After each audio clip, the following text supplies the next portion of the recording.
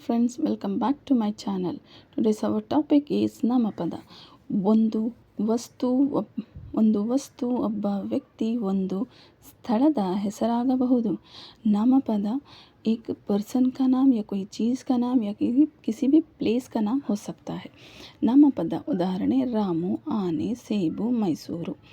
हाँ, रामू एक पर्सन का नाम, आने एक एलिफेंट नेम एनिमल का नाम, सेबू एप्पल, मैसूरू एक ಸಿಟಿ का नाम. ವಸ್ತುವಾಚಕಗಳು. ನಾಮಪದಕ್ಕೆ ಪಹಲ ಟೈಪ್ है ವಸ್ತುವಾಚಕಗಳು. ವಸ್ತುಗಳ ಹೆಸರನ್ನು ಸೂಚಿಸುವ ಪದಗಳನ್ನು ವಸ್ತುವಾಚಕವೆಂದು ಕರೆಯುತ್ತಾರೆ. चीज़ों के नाम को बताने वाले वर्ड्स को ही हम क्या कहते हैं, वस्तुवाचक कहते हैं. एग्जाम्पल मनुष्य, ಹೆಂಗಸು, ನಾಯಿ, ಬಸವ. कोई भी चीज़ों के नाम को बताने वाले को ही हम क्या कहते हैं, ವಸ್ತುವಾಚಕಗಳು कहते हैं. ವಸ್ತುವಾಚಕಗಳ ಮೂರು ವಿಧಗಳು. ವಸ್ತುವಾಚಕಕ್ಕೆ 3 ಟೈಪ್ಸ್ होते हैं. ರೂಢನಾಮ, ಸಾಮಾನ್ಯವಾಚಕಗಳನ್ನು रूढ़नामವೆನ್ನುತ್ತೇವೆ. जो भी कॉमनली यूज़ करने वाले वर्ड्स को ही हम क्या कहते हैं, रूढ़नामा कहते हैं. जैसे नदी, पर्वत, ऊರು, देश, मनुष्य, विद्यार्थी, शाले. मतलब नदी, वो कौन सी भी नदी हो सकती है. जस्ट हम कह देते हैं कि नदी. पर्वत, माउंटेन, वो कौन सा भी माउंटेन हो सकता है. उसका नाम को हमें नाम नहीं बताते. वो कौन सा भी माउंटेन हो सकता है. ऊरू, वो कौन सा भी गांव हो सकता है. देशा, कंट्री, वो कौन सा भी कंट्री हो सकता है. मनुष्य, कौन सा भी इंसान हो सकता है. विद्यार्थी, वो कौन सा भी स्टूडेंट हो सकता है. शाले, वो कौन सा भी एक स्कूल हो सकता है. जस्ट हम ओरली कह देते हैं, टोटल ओरली कि वो रूढ़नामा है. ನೆಕ್ಸ್ಟ್ ಹಮಾರಾ ಟಾಪಿಕ್ है ಅಂಕಿತ ನಾಮ. ವ್ಯವಹಾರದ ಉಪಯೋಗಕ್ಕಾಗಿ ಇಟ್ಟ ಹೆಸರುಗಳನ್ನು ಅಂಕಿತ ನಾಮ ಎನ್ನುತ್ತೇವೆ. बिजनेस के लिए इस्तेमाल किए जाने वाले वर्ड्स को हम क्या कहते हैं, अंकित नामा कहते हैं. मतलब बिजनेस के लिए इस्तेमाल करने वाले वर्ड्स को ही हम क्या कहते हैं, अंकित नामा कहते हैं.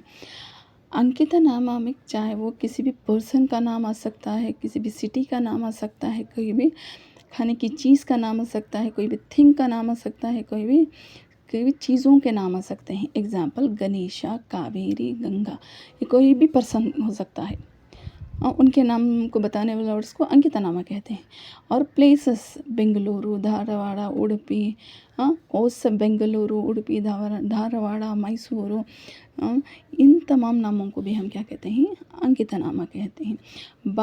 बेवु, उप्पिट्टू, होलिगे इत्यादि.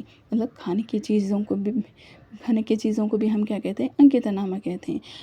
फ्रूट, चाहे वो फ्रूट्स हो, चाहे वो वेजिटेबल्स हो, चाहे भी कोई भी चीज़ों के नाम को भी बताने वाले वर्ड्स को ही हम क्या कहते हैं, अंकित नामा कहते हैं.